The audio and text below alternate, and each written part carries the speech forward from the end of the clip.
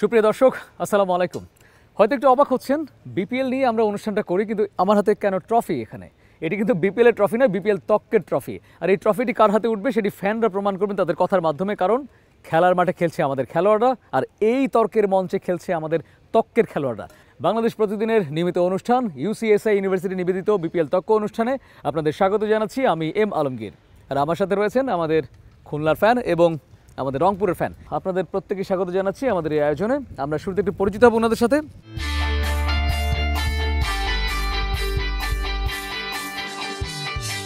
এই তো কিছুদিন আগে আমরা গ্লোবাল টেন্টেম টি20 চ্যাম্পিয়ন জিতে আসছি। বিপিএল তো কিছুই না। এই যে ওয়ার্ল্ডের কতগুলো ভালো ভালো টিম ওইলা খারা দিয়ে আমরা ট্রফি নিয়ে যাচ্ছি, আর এটা কোনো বিপিএল যেটা আমাদের দেশে ছাওয়া পাওয়াগুলো খেলেছে, এটা এলে টিম ট্রফি না আমার কিছু। আসছি রংপুরের ট্রফি এলে আমরা বাড়ি থেকে যাবো, আর মুই আসি আজকে আপনার সাথে এদেশ আমলমান। চাই না ট্রফি তুমি অন্য কার হও, তুমি তো খুলনারই, অন্য কেউ পাবে না। মোহাম্মদ তাহিদ হোসেন দীপ্র, খুলনা টাইগার্সের, সবাই জানে আর কি, তাও আর একবার কওয়া, টাইগার্সের হচ্ছে বাঘের বাচ্চা। এইটা নিয়ে আমি কথা বলি। প্রিয় দর্শক, আপনারা নিশ্চয়ই শুনেছেন আমাদের এই অনুষ্ঠানে যখনই খুলনার ফ্যানরা এসেছেন, বাঘ এবং বাঘের বাচ্চা এই শব্দগুলো তারা বারবার ব্যবহার করেছেন। বাঘের বাচ্চার এত শক্তি, বাঘের এত শক্তি, তাহলে আপনারা কেন পয়েন্ট টেবিলের এখন শুরু থেকে 4 নম্বরে কেন এলেন? আচ্ছা শোনেন, সবাইরে ছাড় দিই কিন্তু কাউকে আমি ছেড়ে দিই না। আপনি মনে করেন আমি যে রেশিও আমি গতদিন কয়ে গেছি, আমরা 6টা জিতবো, 6টা জিতলে আমরা চলে যেতে পারছি। 6টা জিতছি আমরা, কিন্তু 6টা জিতেছি আমরা। প্রত্যেকটা ম্যাচ সবাইরে সুযোগ দিছি। ওগুলা 6টা জিতিল কেন? আরে দাঁড়া, আমারগুলা 8টা, আমরা 8টা জিতছি জন্য ওরা 6টা জিততে পারছে। আচ্ছা এটা বলতে দেই। হ্যাঁ, আমরা মনে করেন কইছি যে আমরা রেশিও ঠিকঠাক করে আমরা আগাবো। আমরা সবাইরে সুযোগ দিছি, প্রথম একটা সুযোগ দিছি, তাগেরও সুযোগ দিছি, তারা সে সুযোগ নিয়েছে, আমাদের গুহায় এসে আমরা এই সুযোগের কিছু না, এটা ব্যাট বলের লড়াই। সুযোগে তোমরা কি কইবেন? তোমরা আমরা সুযোগ দিছি না, আমরা তোমাকে সুযোগ দিছি। আমরা যদি তোমাকে একটা ম্যাচ জিততে না দেই, তাহলে তোমরা আজকে সুযোগ দেবে। আমার একটা অবজারভেশন আছে, সুযোগ দেওয়ার কথা আপনারা বলছেন, কিন্তু টপ 2 তে থাকলে সুযোগটা তারও বেশি ছিল, ডাইরেক্ট ফাইনালে যাওয়ার সুযোগ ছিল। ওইটা তো সমস্যা না। তোমরা হাতে কোন রকম পানি ডুবি যাবা তো ছিল, আর থেকে উঠে আসি এলা আমরা কোন রকম 4 নম্বরে আছে। আমার সাথে যদি আমরা যদি তোমাকে জিততে না দেই সেদিনকে, ওদিনকে আমরা শুনে আপনার কাছে আমি আসব। তো খুব ম্যাচ জিতে নিছি, পরে কি করেছি দেখবেন দাঁড়া। আমরা বিপিএল এর মধ্যে সবার এখানে কথা আছে, রংপুর কিন্তু আমরা সবার কাছে কোয়ালিফাই করছি। আমার মতো জিতি দেখাও, 6টা জিতে কোন রকম আসছে। রংপুরের বন্ধু ওনাকে বলতে আমি 3-4 এর ভিতর থাকলাম, এই কথাটা আমি কই দিই। সেটা হচ্ছে যে ফ্যান কি পছন্দ করে। একটা ফ্যান অলওয়েজ পছন্দ করে তার প্লেয়াররা মাঠে খেলবে, সেই খেলাটা দেখতে সুন্দর লাগে। এখন যদি 1-2 চলে যেতাম, তাহলে মনে করেন এই কোয়ালিফায়ারে আসলি তো হারলি খারাপ লাগে। উমার গুলার খেলা দেখিয়া তোমরা জানেন না কতগুলো হাড়ের পেশেন্ট আছে। দেব বলুন। হার্টের পেশেন্ট কি ডাকি করে দেখা গেছে, টানা 4টে ম্যাচ হলি মানুষ হসপিটালে ভর্তি হয়, একটা ম্যাচ হারলি টানা 8টা ম্যাচ জিতে আমরা যে খুশি হইছি, 4টা ম্যাচ হারি আমার ওলে কিছু মনেই হয় না। মনে করেন আমি যদি মনে করেন টপ 2 তে থাকতাম, তাহলে মনে করেন ম্যাচটা কম পড়তো ভাগ্যে, তখন ফ্যানরা কম দেখতে পেতো। এটা একটা কারণ, বুঝেছেন? এটা আপনার বুঝতে হবে বিষয়টা, আপনি এটা বুঝতে পারেননি বিষয়টা। হেরে যাওয়ার পর এই ধরনের লেম এক্সকিউজ, এটা কোনো লেম এক্সকিউজ না। আমরা একটা ম্যাচ বেশি দেখতে পাচ্ছি, এটা কি আর আমরা তো এক্সকিউজ দিবার পাইলে এক্সকিউজ দিবে। ওমা তো কোনো এক্সকিউজ কারণই নাই। এর আগের ব্যাচের মনে করে দেন, আগের ব্যাচ চ্যাম্পিয়ন হলো কারা? ফরচুন বরিশাল কিন্তু এইভাবে এগিয়েছিল, মনে করে দেখেন ভালো করে।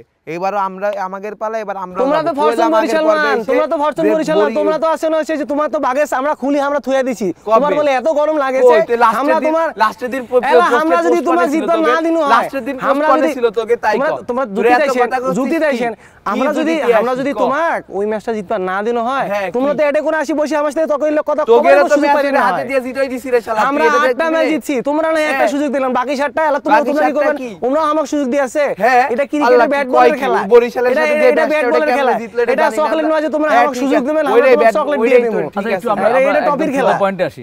ওকে আমরা কুতর্ক না করে সত্যিকার তর্কে আসি। আচ্ছা, যেটা আমি বলছিলাম একটু আগে আপনাকে, যে আপনারা যখন হেরে যাচ্ছেন তখন এক ধরনের অজুহাত দাঁড় করাচ্ছেন, যখন ভালো করছেন সেটাকে আপনাদের বিজয় বলছেন। না আমি তো প্রথম থেকে কয়ে আসছি, ক্যামেরা সাক্ষী, বাংলাদেশ প্রতিদিনই দর্শক সাক্ষী। না 3-4 আশাকে কিভাবে আপনি সমর্থন করছেন? 3-4 কে সমর্থন না করার কি আছে? এখান থেকে চ্যাম্পিয়ন হয় না, এর আগের বারে কিন্তু ঢাকার উদাহরণ দেখাইবে, ঢাকার সবাই লাস্টে আছে, আমরা ঢাকার উদাহরণ দেখাইবে, ওইটা কোনো সমস্যাই না। এটা কোনো বিষয়ের ভিতরে পড়ে না। আমরা যেখান থেকে ট্রফি যদি জিতি আমরা তো ট্রফি জিতবই, কারণ কি কখনই আমরা যদি জিতি ওখানে ট্রফি ওনারা জিতবে। এক মিনিট, তারপরে খুলনা বলছে খুলনা বলছে ট্রফি জিতবে, তাহলে আপনাদের পরিকল্পনা কি? আপনারা তো 3-এ রয়েছেন এবং আপনাদের সবচেয়ে বড় কন্টিনিউশন দাদা আছে। তোমাকে একটা জিনিস বোঝা লাগবে ভালো করে, Consistency আছে আপনাদের। একটা জিনিস বোঝা লাগবে যে আমরা জিততে চাইছি। এলা ঢাকাও তো কইছিল, সাকিব খান যখন দলটা কিনিল আমরা কি কইছিল, আমরা ঢাকার ব্র্যান্ড, আমরা ঢাকার ট্রফি নিয়ে যাবো। তারপর কি হল, রংপুরের সাথে খেল নাকানি চুবানি, এই সিলেটের সাথে খেল, বরিশালের সাথে খেল, সবগুলো টিমের সাথে নাকানি চুবানি খেল। এলা ওমরাও যদি আমাকে এটাই কোনো আসি কয় যে ট্রফি তো আমরা জিতবো, আমরা 4 নম্বরে আছি, গতবার বরিশাল এঙ্গা করি 4 নম্বরে থাকি জিতছে। এলা তোমরা তো বরিশাল টিম নন, তোমাকে তো এখানে বুঝে লাগবে, তোমরা তো আর বরিশাল নন, তোমরা তো ডট বাবা তাবে না।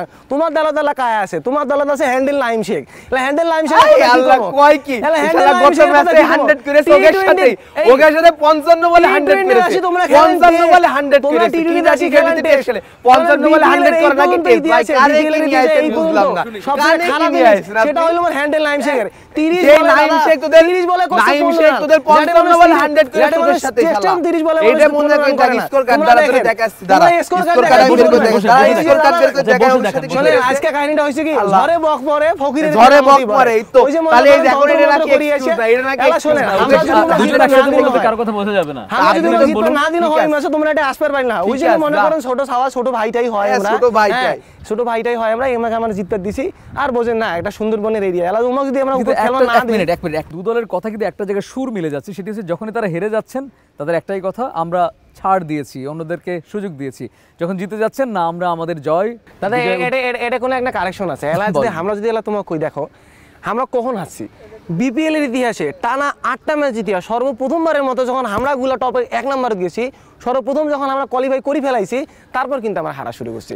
আমরা যদি এলা না হারি তাহলে এখন কি হবে দেখেন, এই বাকি দলগুলো সুযোগ পাইবে না। আমরা যদি ওমার সাথে এটা আমি মানতে পারলাম না, এই যে আপনারা 1 থেকে 4 3 নেমে এলেন, তোমরা মানে না মানে, এলা দেখেন তোমাকে বুঝে লাগবে জিনিস। এক মিনিট আমার কথা শুনুন, ডাইরেক্ট ফাইনালে যাওয়ার সুযোগ আপনারা কেন হারালেন? এই যে দেখেন, এলা যদি আমরা ডিরেক্ট ফাইনালে যাই তাইলে কি হইবে, এলা সবাই কইবে যে আমার বসুন্ধরা কিংসের মেলা টাকা আছে, আমরা টাকা দিয়ে সব খেলা কিনে নিছি, এই জন্য তাদের ইলে করা যাবে না।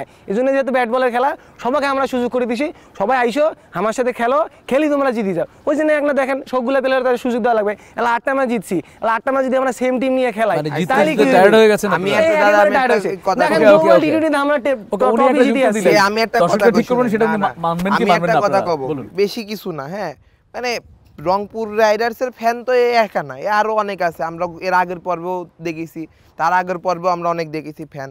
তো মনে করেন যে এটা গতকালকের ঘটনা আর কি, গতকালকের না গত পরশু দিনের ঘটনা। এটা মনে করেন স্টেডিয়ামে দেখি রংপুর রাইডার্সের মেলা জার্সি পরে অনেক ফ্যান ফলোয়ার, অথচ কিন্তু রংপুরের কোনো ম্যাচ নেই। আমি একটু অবাক হয়েছি। আমার খুলনা টাইগার্সের খেলা ছিল, সাকিব খানের ওই ঢাকা ক্যাপিটালস সাথে আমি দেখতে গেছি, পরে দেখি রংপুরের বিশাল ফ্যান ট্যান অনেক। আমি জিজ্ঞেস করছি আপনাকে তো আজকে খেলা নেই, আপনারা কেন নিয়েছেন? আজকে আইসি আমরা বরিশালের সাপোর্ট দিতে, কারণ বরিশাল যদি জেতে তাহলে আমরা টপ 2-তে সরাসরি চলে যাবো। তাহলে আপনারাই কন, যদি ফ্যানদের ভিতরেই এরকম সিদ্ধান্তহীনতায় ভুগা থাকে, এক এক ফ্যান যদি এক এক রকম কথা কয়, তাহলে সেই টিমের অবস্থাটা কিরকম হতে পারে আপনিই কন। খুলনার ফ্যান আঙুল তুললেন আমাদের রংপুরের ফ্যানদের দিকে যে তাদের খেলা নেই, তবু তারা মাঠে গিয়েছেন। কেন গিয়েছিলেন মাঠে আপনারা? এলা দেখেন এই প্রশ্নের উত্তর আমরা কেমন করে দেই। ওমরা যে গতদিন টকশোতে ছিল, ওমরা কি করছিল, উমা খেলা পরের রাউন্ডে যাবারই লাগবে, এই জন্য আমরা করছে কি, ওমরা বরিশালে সাপোর্ট নিচ্ছে, তোমার পাওয়া পর্যন্ত ধরি আমরা কান্দাকাটি করছে। এলা ওমরা যখন সব ফোরতে উঠে গেল তখন আর কি করছে, তখন সুর পাল্টে ফেলাইছে, বুঝছেন? এবার কামে হইলে আসার পরই কাজ করছে। ওমার তো মনে করেন টিম কমিশন কি কম, কোনো রকম কান্দি কাটি আল্লাহর কাছে দোয়া দরুদ পড়িয়ে তোমরা মারত নামে। আর ওমা দিলে দর্শক হয় শৈল্য বিক্রি করে, ওমরা মনে করে ইঙ্গা করে জিকির করে, ইঙ্গা করে হচ্ছে প্রেশারের ওষুধ নিয়ে বসে থাকে, লেবু পানি শরবত সগি নিয়ে বসে থাকে ওমার খেলা দেখার জন্য। এলা দেখেন এই যে 12টা ম্যাচ হল, 12টা ম্যাচ হল, কোনো রকম কিস্তি মিষ্টি 6টা ম্যাচ জিতিয়ে ওমরা কি করিল, ওমরা টপ 4 আসিল। এলা দেখো গেলে ওমার কত মুখের বাহাদুরি। আমরা দেখেন আমরা টানা 8টা ম্যাচ জিতছি, ওপাকে যদি 3টা কথা তো কইনই না, ওপাকে আমরা 3টা ম্যাচ জিতছি গ্লোবাল টি20। আমরা না না আমারটা কথা শেষ পরে কথা দাঁড়ান না, এই যে ওয়ার্ল্ডের এতগুলো টিম আছে, এই টিমগুলো খারে আমরা চ্যাম্পিয়ন হয়েছি, এত জিতে তো ওই এবার ওনাকে বলতে দে, বলুন। আচ্ছা ওরা যে এত টানা জিতেছে, এত টানা জিতেছে ওই 3এই তো রয়েছে, লাভটা হইলো কি তাহলে এত জিতে? হ্যাঁ মানে আমার আর তার ব্যবধানটা কি আমার এটা বুঝো না এখন আপনি 3 আর 4 তো একই ওই এক রাউন্ড হয়েই তো যাওয়া লাগবে Okay. আমার পাঁচ না কথা শেষ হয়নি আমার কথা আগে কতি দেন তারপরে যে কথাটা কইলো যে আমরা বরিশালের সাপোর্ট নিছি আরে বরিশালের সাপোর্ট আমরা তো কার সাপোর্ট নেব বরিশাল হচ্ছে আমার ভাই আমরা দক্ষিণবঙ্গের লোক ওই আমাদের যখন বরিশাল ফ্র্যাঞ্চাইজি ছিল না তখন ওরা কি খুলনার সাপোর্ট নিইনি তো আমরা কেন ওকে সাপোর্ট নেব না ওই যে হারবাদ হোসেন এই যারা কথা শেষ করতে কথা শেষ করতে আর হচ্ছে যে কান্নাকাটি কইলাম আমার যে ঢাকার বড় ভাইটা ছিল এ যখন এসে কান্নাকাটি করে আপনারা ওই যে সে নায়ক আলমগীরকে এসে যখন সেন্সই নেই তার তো আমি তার সাথে সহমর্মিতা দেখাবো না সে আমার ভাই না আর আরেকটা কথা তোমরা যদি এডে কোনো সহমর্মিতা দেখানোর কথা আমরা যখন এডে কোনো স্টেডিয়ামের মধ্যে তখন তোমরা এখন সহমর্মিতা নাই কোনো আমরা অন্য দলে সাপোর্ট করি বরিশাল জিতলে আমরা হচ্ছে দুইও দামো এইলা তোমরা এডে কোন তোমরা এখন সহমর্মিতার কথা আর আমরা তো এরই তো আরে এই কথাটা তুই বুঝতেই পারছিস না তো বরিশাল তো আমাদের ভাই শালা বরিশাল হচ্ছে আমাদের খুলনার পাশে তোমরা যখন আর বরিশাল ওই রংপুর এই মাথায় বরিশাল এই মাথায় মানে এমনি ধরে রাখলেও সম্ভব না আর সেই তারা হচ্ছে নাকি না আমার এটা বুঝো আপনাদের ভাই ওনাদের দুলা ভাই বাহ তাই তো না কি বাংলাদেশের এই মাথা আর ওই মাথা আর আমাদের ঘরের পাশে থাকলে কি সমস্যা মানে কি কথা কয় না কয় বুঝি না দর্শক আমি আপনি পরে বলছি কারণ মনে হচ্ছে পরে শালা দুলা ভাই বসতে তর্ক শুনছি কারণ এমনটাই দাঁড়িয়েছে এখন ওনাদের হারানোর জন্য স্ট্র্যাটেজিটা কি হতে যাচ্ছে দেখেন দাদা তোমরা হয়তো বা এই জিনিসটা খুব শিওর হয়ে গেছেন দেখেন আমার বিদেশ থেকে ডেভিড ওয়ার্নার আসিছে world class batsman world class batsman আমার যখন ডেভিড ওয়ার্নার আসি টিমও যুক্ত হইবে আমার টিম মনে করেন এমনি আগে যাবে তারপর দেখেন West Indian big giant Sunil Narine মানে নেক্সট ম্যাচে কি ডেভিড ওয়ার্নারকে পাচ্ছেন আপনারা এই তিনটা প্লেয়ার যখন আমার টিমত খেলাইবে কোর্ট থাকার কোন লেলে বেশি প্লেয়ার টাইম আছে সুনীল নারিন মনে করেন 6 তো মারবে মারি গ্যালারি ফাড়ি ফেলাইবে আর বলত কি করবে এই যে পেছন পকেট লুকি থুয়েছি যখন বলটা করবে ও তো বল চোখে দেখবেন না আমার ওপেনিং আছে সৌম্য সরকার তারপর মনে করেন ডেভিড ওয়ার্নার তারপর দেখেন উদীয়মান আমার খেলোয়াড় সাইফ হাসান বিপিএল এ কনসিস্টেন্ট পারফরমেন্স স্ট্রাইক রেট দেখেন তার শর্ট সিলেকশন দেখেন